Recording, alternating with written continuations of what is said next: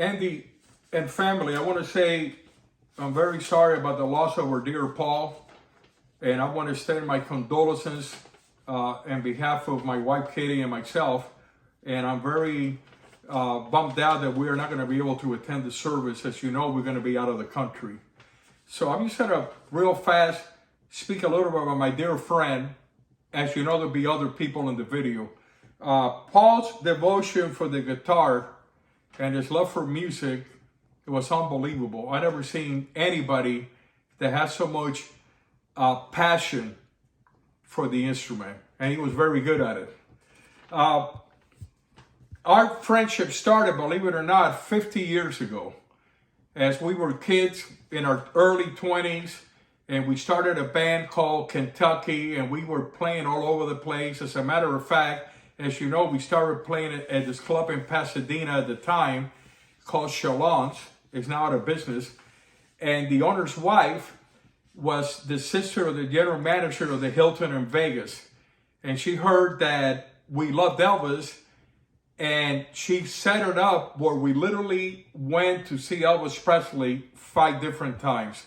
Definitely one of the highlights of my life, and I had Paul sitting right next to me. You know, we could go on forever talking about him. Incredible musician. We did a lot of recordings together. He got very good at it. But we cannot forget the days at Costco. I have never seen an employee that was greeted by everybody that came in. Everybody that came into Costco, hey, Paul, how was your weekend? What do you do? Hey, Paul. Hey, hi, Mrs. Smith. Hey, Peter. I mean, it was like Mayberry Farm. I mean, everybody knew Paul Golden. I used to get a kick out of that. But there was one problem. One day he came out of work. We were getting ready to go to band practice. And I remember him walking with his head down, really depressed. And I said, Paul, what the hell's going on with you, man? He goes, Freddie, you're not going to believe this, man. I'm going to get fired. I go, what do you mean you're going to get fired?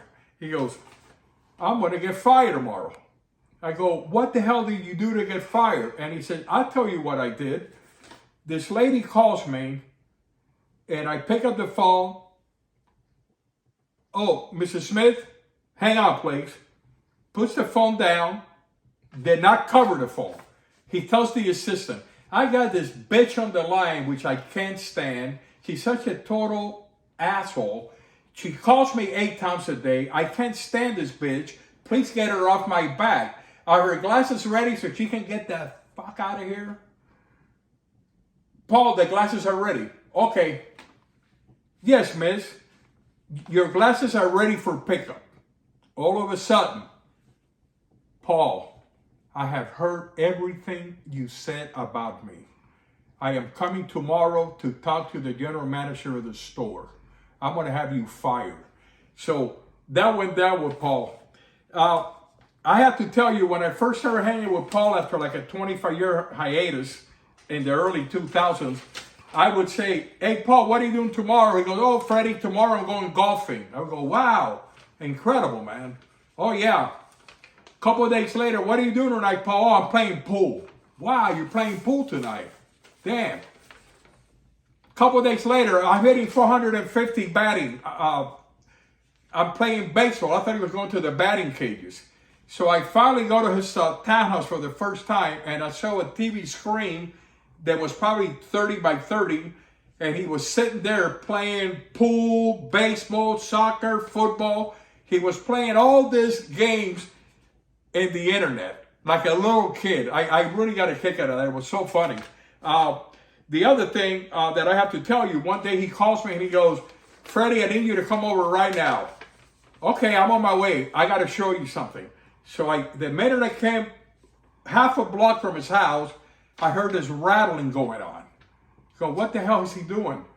So I remember I went up the stairs, and when I opened the door, this wall of sound hit me. He was sitting in the sofa with about 25 speakers from a PA that he had bought, and he hooked up a brain on top, and he was testing it to see if he could use it as an amplifier. It was like being at Woodstock. The walls were rattling. I'm surprised I didn't throw his ass out of there. But You know, I could go on and on talking about my dear friend, and all I can say is I miss him a lot. I think about him every day when I drive down the 405 freeway and Lake Forest. And I truly hope that when it's time for me to cross the fence, that he's ready to start our new band in heavens.